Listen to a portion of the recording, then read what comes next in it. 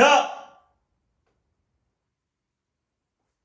Zoe, this is gonna be good. I know it's gonna be good because I like pets.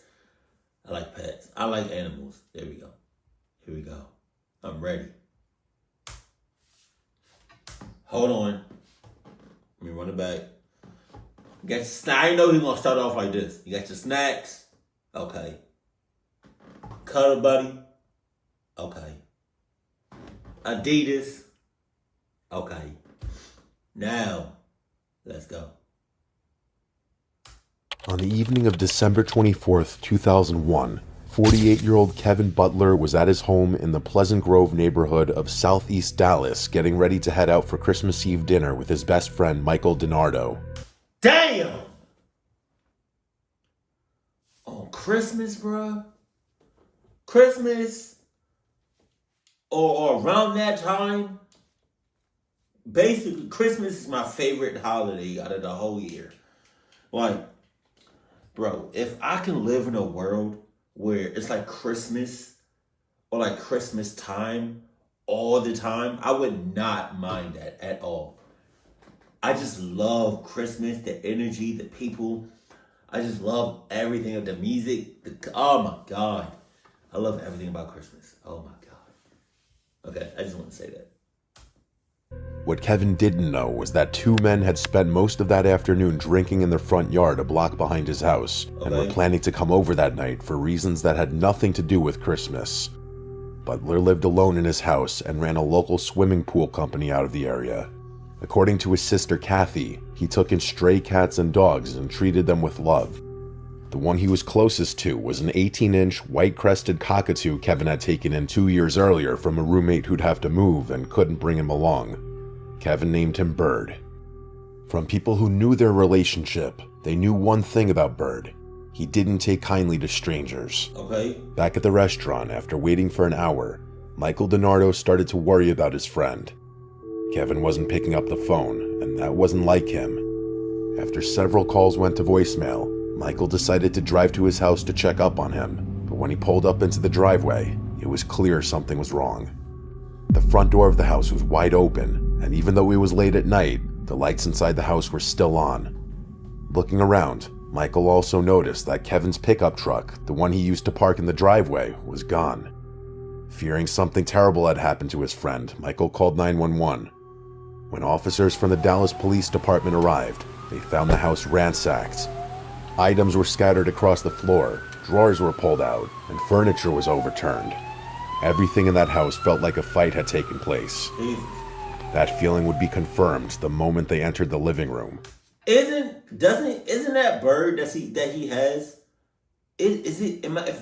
Maybe I'm confusing it with another bird. But isn't there a bird that speaks or mimics what we say? What? Is that the type of bird? I don't know.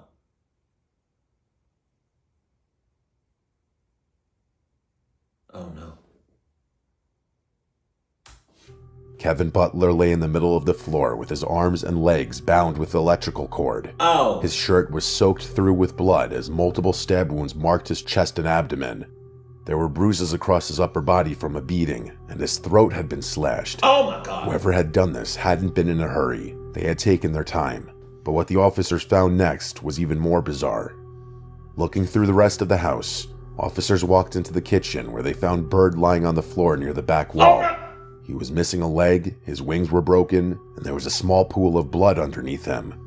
A later forensic examination would confirm that he had been killed by a stab wound to the back. But there was one thing about the scene that caught the officers' attention even in all of this. The cockatoo's beak and claws were covered in blood. Police took both bodies to the Dallas County Medical Examiner's office and examined the rest of the house. In the living room, on a light switch a few feet from where the attack had taken place, they found another smear of blood. The same kind of blood was on the handles of 2 of the 4 knives recovered from the scene, but after forensic testing, it would later come to light that none of the blood at the scene had come from Kevin or Bird. Whoever had walked into Kevin's house that night had walked out of it bleeding. By now, police had DNA from 4 separate locations inside the house, but they had no name to match it to yet. The lead investigator, Detective Brent Malden, began working through Butler's coworkers, neighbors, and anyone who had a reason to have been around that house, and it didn't take long for a name to surface. Several people Butler worked with told police about a former employee he'd recently fired and had a public falling out with. That employee was 22-year-old Johnny Cerna, and he lived a block behind Butler's house with his 30-year-old half-brother Daniel Torres. Cerna had worked for Butler's pool company for some time. What are the odds of that? What are the odds? That's a really, really unfortunate coincidence. Oh my God. See, now I wonder if they lived near each other before they started working together? Or at time. The exact length isn't on the public record, but it was long enough that Butler had come to trust him with company money. One day he was given a payment to cover an above-ground pool liner, but somewhere between Butler writing it out and the bank processing it, Cerna altered the check. When Butler found out, he fired Cerna on the spot, and in just a few months, what had started as a workplace dispute had turned into something else entirely. Malden brought them in for questioning a few days into the investigation. Both denied being anywhere near Butler's house that night. For now, he had nothing to hold them on. But before sending them home, Malden took their cheek swabs. If they'd bled inside Butler's house, the lab would confirm it. On paper, Cerna was the obvious lead. He was a fired employee with a fresh grudge against Butler, living less than 100 yards from the house where Butler had been killed. So all that was left now was to wait for the DNA results to put Cerna into that house. But this would prove to be more difficult. DNA testing in 2002 was still relatively new in everyday casework, and the Dallas County Crime Lab was running months behind on its caseload. Oh my God. When the results finally came back in July of 2002, it had been 7 months. Oh my God. And they weren't what Malden had expected. The blood on the light switch, the 2 knife handles, bird's beak, and the fingerprints lifted from inside the house. None of it belonged to Cerna. All of it traced back to his 30-year-old half-brother, Daniel Torres. Faced with the DNA evidence, Torres still denied being anywhere near Butler's house that night. He waived his Miranda rights and signed a written statement saying he had no idea how his blood had gotten inside, but Malden didn't believe his story. A few days later, Torres signed a second statement, this time admitting he had been inside Butler's house on Christmas Eve, but he hadn't touched him. In his version of events, he and Cerna had been drinking in their front yard when Butler drove by and flipped them off. Cerna had said he wanted Butler to pay. Sometime later, Torres noticed Cerna had left, so he walked over to Butler's house to check on his half-brother. By the time he got there, Cerna already had Butler on the floor and was stomping on him with a knife. Torres claimed he tried to wrestle the knife away and cut his hand doing it, so he panicked, grabbed Butler's truck keys, and took off. According to him, Butler was tied up on the floor and still alive when he left. He also said that during the struggle, the bird had come at him off the porch and pecked at him, in his own words, all over my head, and that he'd grabbed a fork and stabbed at it to make it stop. It explained everything in the kitchen, the injuries the bird suffered, and the trail of feathers running across the house. Confronted with his half-brother's evidence, Cerna eventually broke as well. He told Malden that Daniel had been the one to slash Kevin's throat, while he had searched the rest of the house for valuables. Between the two of them, they walked out with around $1,200. What? Both were charged with capital murder. In February of 2003, Daniel Torres stood trial in the 292nd Judicial District Court of Dallas County in front of Judge Henry M. Wade Jr. The state's case rested on the DNA found from the different locations in the house. Torres was convicted of capital murder and sentenced to life in prison. Johnny Cerna was tried later that same year and given the same sentence. Damn. In his closing argument at Daniel Torres' trial, prosecutor George West had told the jury that Kevin's family had already known. Quote, "This bird spoke. He spoke to us. We know this bird will attack anybody who's attacking his owner. And who did he attack? Daniel Torres." Bird had given his life defending his owner and friend that night. Before he died, he'd left the mark that would eventually put his killer in handcuffs. Damn. My man went out with it okay. In September of 2018, the quiet streets of South Wilkes-Barre, Pennsylvania became the scene of one of the most brutal murders in the city's recent history. But the first sign that something was wrong wasn't a 911 call or a frantic witness. It was a single panicked golden retriever running loose on Cary Avenue at 3 a.m. with nobody chasing him and nowhere left to go. Shortly after, residents in the area began calling in reports of a stray golden retriever wandering the streets. Police Sergeant Joseph Ziegler was dispatched to the location and found the animal unharmed at the nearby Turkey Hill mini-mart that he'd wandered into. The officer was in luck. The dog was wearing a collar, which helped identify its name, Joe. The collar also carried his owner's phone number and address. Figuring this would be a simple find and return case, Officer Ziegler called the owner, but nobody picked up. The same silence would follow after the second and third call.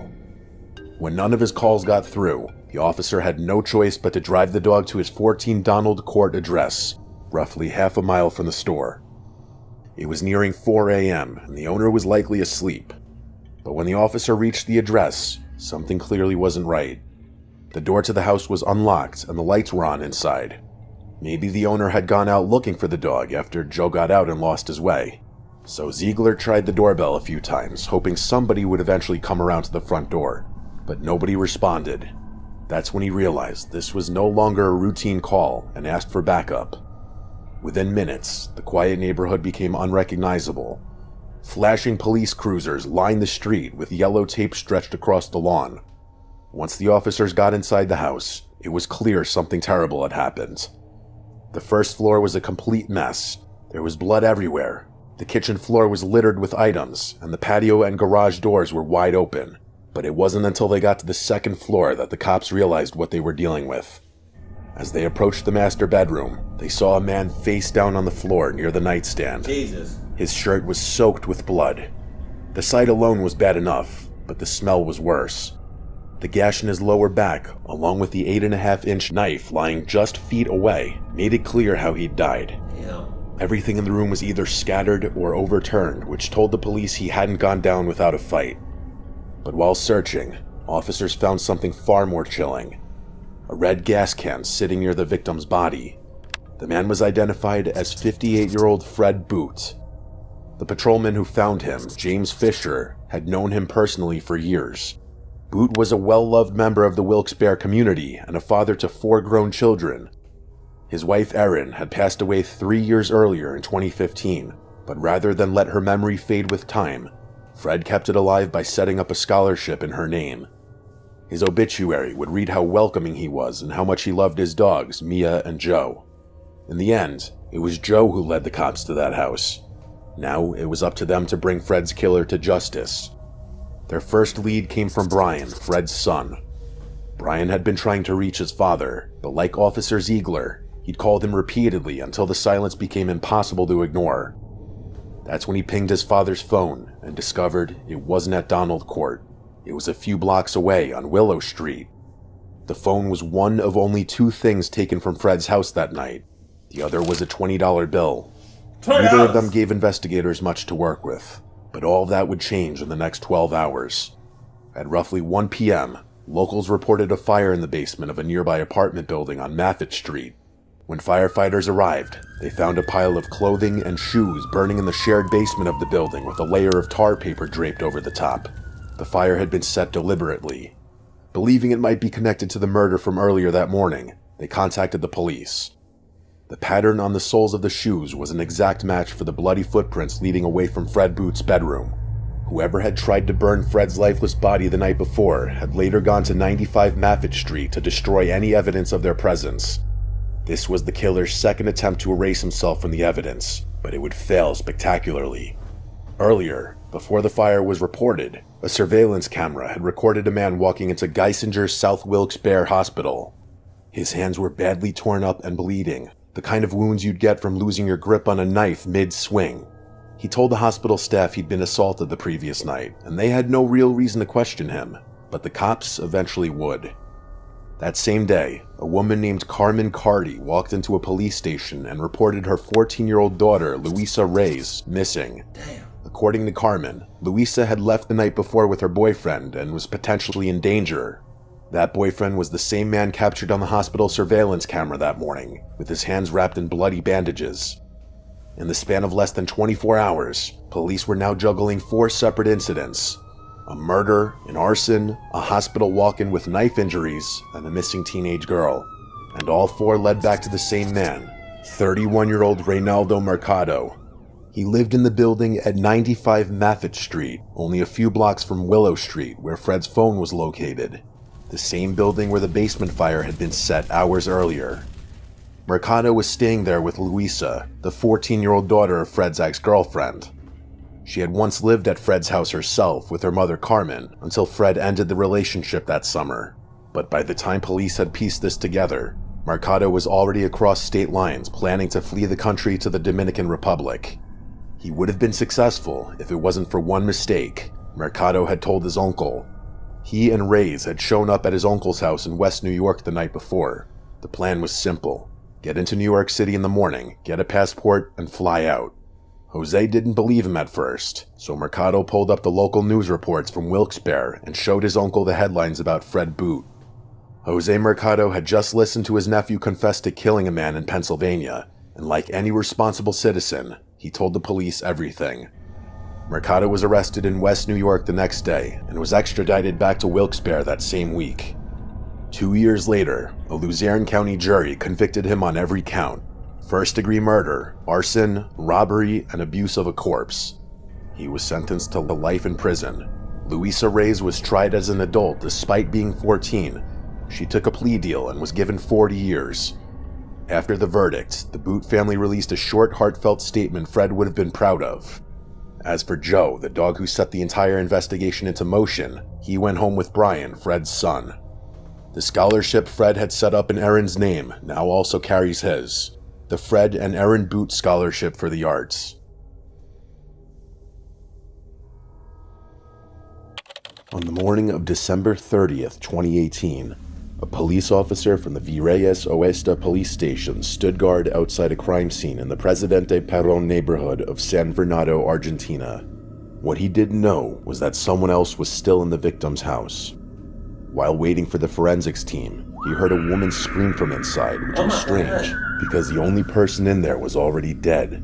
When he went to check, nothing had changed. The body was right where he'd left it. Then the scream came again, and this time, he traced it to a green parrot in a cage by the wall, shrieking the same words at full volume. "Oh, please let me go. Oh no."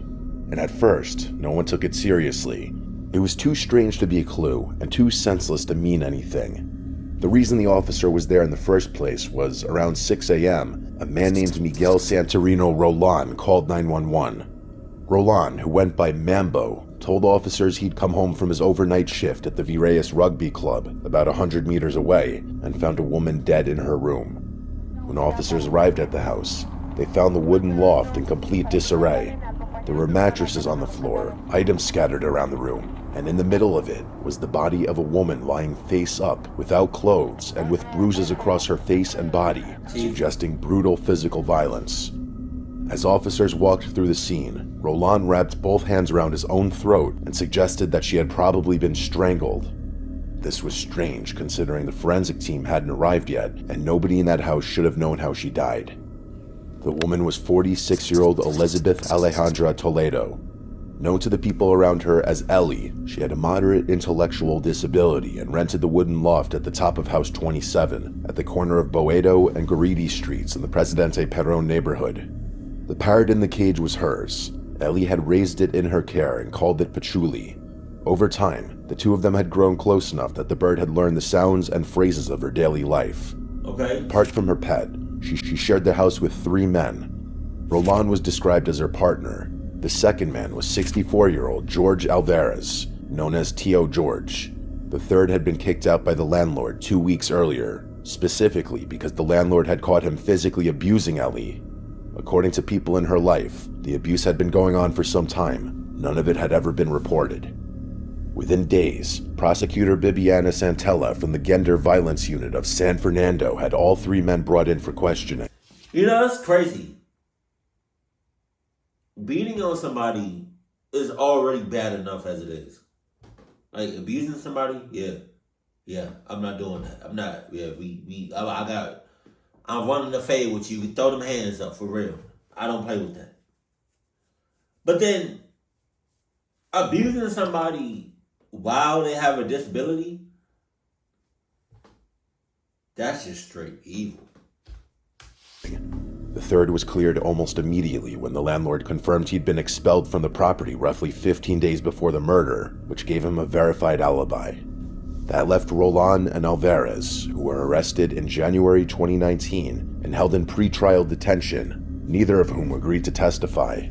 In the meantime, the autopsy was performed by Dr. Federico Corasaniti, and it confirmed that Ellie had been sexually assaulted during the attack, hit multiple times, and then manually strangled, which eventually took her life. Oh my God. All of these injuries had been inflicted while she was still alive. As a result, after nearly 3 years of pretrial detention, Roland walked out a free man. But during the trial, the prosecution also brought forward evidence that went beyond the question of who killed Ellie, and spoke to what her life had been like before the night she died. One of those details came from the police officer who had been stationed at the loft on December 30th. He told the court about the scream he heard coming from inside the room, and the words he eventually traced back to Paciuli's cage. "Oh, please let me go. Oh no." These words were formally entered into the case file as evidence, and they were not the only words Paciuli had learned. A neighbor who ran a small shop down the street and used to sell Ellie birdseed for the parrot also appeared in the case file and said she had once heard the parrot repeat a different phrase, "Why did you hit me?" And she remembered exactly when she heard it. It was right around the time the third man had been kicked out of the house for hitting Ellie. Once you give this detail enough attention, it changes how you see everything else in this case, because for a parrot to commit a particular sentence to memory, it usually needs to hear that phrase repeated many times for the sound to register. Yeah. "Please let me go," or "Why did you hit me?" isn't something a parrot learns from a single night. Hell! So for Paciuli to say those words, Elizabeth would have had to say them over and over across multiple weeks in the same desperate tone every time. And that's the sad part about this whole thing. She been through hell and back for so long, and I'm so sorry. And I hope you come back and haunt the hell out these mother cluckers.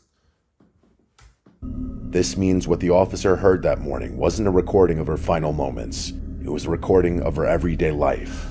A parrot can repeat up to 150 words, depending on the species. Damn! But specifically, you have to repeat many times for a parrot to say something like that, "No, please let me go." It's quite complex what the parrot learned. Imagine what this woman must have suffered before these two men ended up murdering her. As for Alvarez, the evidence against him was much more direct. During the autopsy, the organic remains collected from the victim's body matched his genetic profile. Jesus. On top of that, an eyewitness also placed him entering and leaving the house around the time of the attack. To make it even more disturbing, roughly 10 days after the murder, an acquaintance walked into the prosecutor's office and reported that Alvarez had confessed to him that he had gone to the house, had sexual intercourse with Elizabeth, and only afterward realized she had already passed. But the forensic evidence proved otherwise and confirmed that the injuries were consistent with sexual assault inflicted while Ellie was still alive. The court convicted him of aggravated sexual assault and femicide and sentenced him to life in prison. There you go. As for Paciuli, he was taken in by one of Ellie's sisters after the trial. It's not been reported whether it ever repeated those words again, but for however long it lived, it carried the only recording that existed of what Ellie's life sounded like inside that loft. Jesus. That is so sad. In the fall of 1994, a woman's car was found abandoned in a field on Prince Edward Island, Canada's smallest province. The island's a popular holiday destination in summer, but in winter it became cold, quiet, and buried under heavy snow. With a population of roughly 100,000 at the time, it was a close-knit community where pretty much everyone knew each other. But this abandoned car would set off one of the most horrifying murder investigations on the island, and eventually push investigators into territory no murder case had gone before. It belonged to 32-year-old Shirley Duguay. Shirley was a mother of 5. She stood 4 feet 9 inches tall and weighed less than 100 pounds. Damn. Because of her height, she kept a pillow in the driver's seat of her car so she could see over the steering wheel comfortably. On October 3rd, 1994, Shirley left her children in the care of her father, Melvin, and went out to run a few errands, only to never return home. Jesus. We found it very odd that no one had reported her missing initially, and of course it raised some suspicion with us. Shirley Duguay had been known in the past to take off for a couple of days, not tell anyone where she had gone, and then return. Jesus. When she didn't come back after several hours, What the hell was she doing? Was she just getting away from those kids? You know? I don't have 5 kids, let alone 1. So is it realistic that a parent would, I don't know, you know, if it's a mom and dad situation and like they're doing it together, is it realistic that one of the parents would just go away for some time just to get away from the kids and stuff? I feel like that's the thing. I feel like, yeah.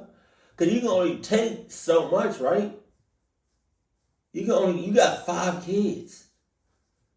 You can only take so much. Like, I'm not gonna lie, being with I feel like being with 5 kids 24/7. Yeah, you're gonna need some time away. Hell, Jesus. Melvin didn't report her missing right away, as it wasn't unusual for Shirley to take off for a few days without telling anyone. But this time, the previously harmless pattern proved to be fatal. What her family didn't know yet was that the man she'd spent years trying to get away from had already made sure she wouldn't be coming back. Oh, Jesus. 4 days later, a local woman called police about an abandoned car in a field near Highway 169. The license plates had been removed, and inside, investigators found blood spatter on the windshield and across the interior, the kind of pattern caused by someone being struck repeatedly. The pillow Shirley used while driving was also found close to the car, soaked in blood. For the police, it was the first clear sign that Shirley hadn't simply taken off for a few days, and when they tested it against a sample from Melvin, it confirmed what they were afraid of.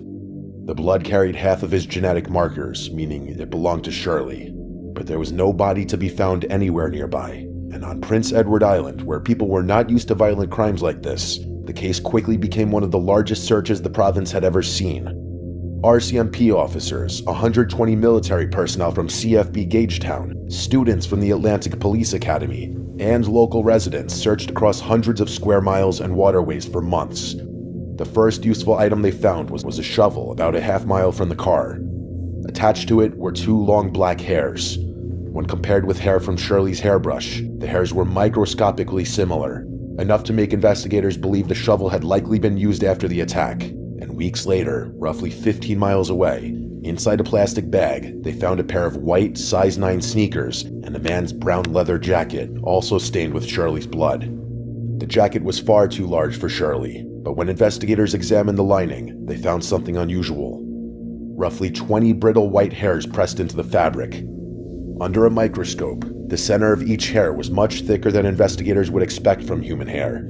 Investigators suspected these hairs to be cat hairs, which was a major roadblock, because no one had ever used animal DNA in a criminal investigation before, and this meant that there was no forensic framework to interpret it. However, by now, the police already had their main suspect.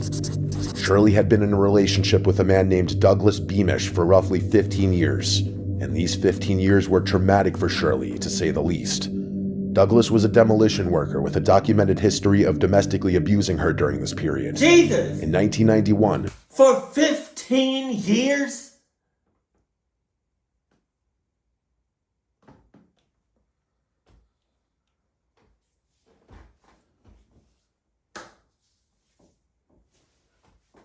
I don't want to talk too much about that because YouTube is sensitive. And if I say certain words and I keep saying those certain words, I might get like a strike or a copyright note issue. So I'm gonna just, yeah. I think I said this, but I know I said this before in the past. How does somebody, genuinely, how do you all be in a relationship for what? 5, 10, 15, 20 plus years, and your spouse or your significant other is just bah, bah, bah, boom, boom, bah, bah. Like, it's physical, verbal, psychological.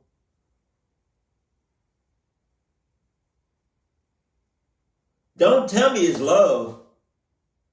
Don't tell me, oh, I love this person so much, I can never leave him. I can never leave her. Excuse me. That fart left me. I'm sorry. Yeah, I can. I love him so much. I love her so much. I can never. I don't care how much he put his hand. No. Oh, I'm only with him for the kids. Oh, I'm only with him for the house, for the shelter, for the food, for the water. Baby, at some point, and it goes vice versa, because the woman can be abusive too. So I don't understand. I don't understand. And it's just like, why not leave in the very beginning? Like the first time they put their hands on you. Like, I don't get it. I don't get it. Please let me, somebody in the comment section, let me know, because I do not understand.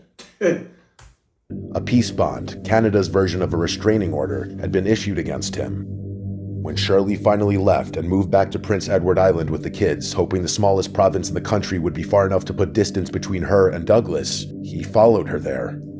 By the time Shirley disappeared, he was living with his parents just a short drive away. He looked crazy. In cases like this, an abusive former partner would naturally be one of the first people the police looked at. But in this case, Douglas's history with Shirley wasn't the only reason for them to be suspicious of him. In the summer of 1992, during one of their earlier separations, he had written her a letter threatening to kill her before he'd allow her to get custody of their children. But when the investigators visited his parents' house to question Douglas, he denied everything. He claimed he hadn't seen Shirley for almost a week before she disappeared, and said their last conversation had been pleasant. He also denied owning the brown leather jacket, and even though the sneakers found in the bag were size 9, the same size he wore, he insisted they weren't his. At that point, investigators had no direct way to prove otherwise. But during that visit, Constable Roger Savoy noticed something that stayed with him. Douglas's parents had a pure white cat named Snowball, and at some point during the interview, the cat rubbed against Savoy's leg, leaving fine white hairs on his trousers. They looked almost identical to the brittle white hairs found inside the blood-stained jacket, so if those hairs had really come from Snowball, then the jacket Douglas denied owning could be linked to the household where he was living, but proving that was another problem entirely. If we could prove that it was this particular cat's hair, then we would be able to say, well, this belonged to Mr. Beamish, the jacket. And the job was to find someone that could do this type of testing. Savoy began calling DNA labs across Canada and the United States, asking if anyone could test cat hair and match it back to a specific cat. Eventually, the investigators found Dr. Stephen O'Brien at the National Cancer Institute in Maryland, a geneticist who'd spent decades studying hereditary illness in cats. O'Brien's team adapted feline DNA profiling for the case, using genetic markers to compare the hair from the jacket with Snowball's blood. It was a technique that had never been attempted in a criminal investigation before. But even then, the evidence almost disappeared before it could matter. Of the roughly 20 cat hairs recovered from the jacket lining, only one had a root with enough DNA to test, which meant the entire theory came down to a single hair. The DNA from that root matched Snowball's blood at every marker tested. Now that sounds like the end of the question, but later during the trial, it could very likely open a new one. Prince Edward Island is geographically isolated, so if the island's cat population was heavily inbred, it was possible that many cats could share a similar genetic profile. In that case, the match would be completely meaningless. To address that, O'Brien's team tested blood from 20 random cats across the island. You need to know that some other cat on Prince Edward Island couldn't have contributed that hair. What if 25% of the cats on Prince Edward Island had the same DNA profile, or 10%, or even 1 in 100 cats? The results showed that the probability that the hair came from any cat other than Snowball was roughly 1 in 45 million. Damn! But even with this tying the jacket to Douglas with almost certainty, in order to arrest him, the police needed a crime. They still had no evidence that could tell them where Shirley was or prove what exactly happened to her after she disappeared. That changed several months later, when a trout fisherman walking along the Enmore River noticed a pile of brush on the riverbank that didn't look natural. Underneath it was a shallow hole only a few feet wide and unusually short for a regular grave. But for someone who stood only 4 feet 9 inches tall, it was enough. Inside, investigators found Shirley Duguay. The condition of her remains confirmed that the blood in the car had only been the beginning of the attack. Her nose had been broken, her jaw had been fractured in 3 places, and one of her front teeth had been knocked out with enough force that it was later found embedded in her lung. Her hands had also been tied behind her back, and from the injuries, the medical examiner determined that Shirley had died from blunt force trauma and strangulation. With that, the missing person case became a murder case. Douglas Beamish was arrested and charged with murder. At trial, the cat's DNA was presented alongside the human blood evidence. On September 19th, 1996, he was convicted of second-degree murder and sentenced to life in prison, with the possibility of parole in 18 years. What? It became the first murder conviction in the world based on animal DNA. What? Just give him life. Give him life. I would have gave that nigga life on everything I love. What? Stop. Y'all be letting these niggas get like. I be so happy when y'all be saying when the officers or whoever, like the judge, whoever says you're getting 15 to life.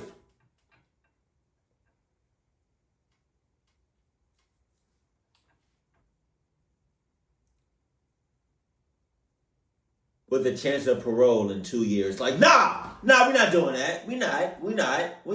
This motherfucker killed 15 people.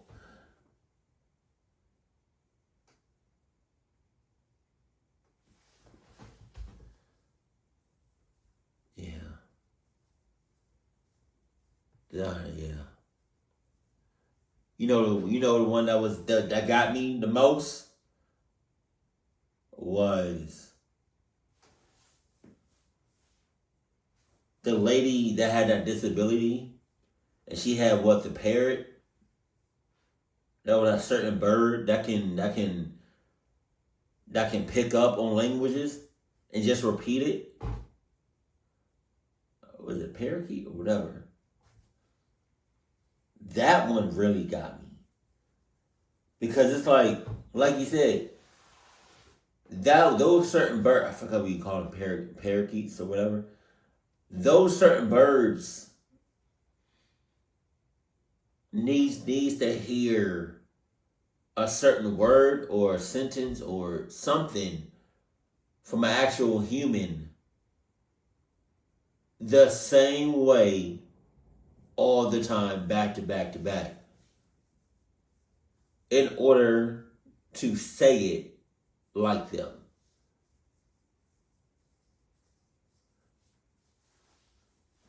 She was going through hell and back. And I'm dead ass though. What I said earlier, I hope you come back and haunt the hell out those motherfuckers. On me, on everything, bro. Jesus. That's why I really enjoy dogs and cats and like other like animals that you can make domestic. Because not only are they just like a great, animal to have, depending on what you get, but they can also save your life, protect you, and help out in and figure out who was the one that clocked you up to the max. I really hope she gets her payback in the afterlife.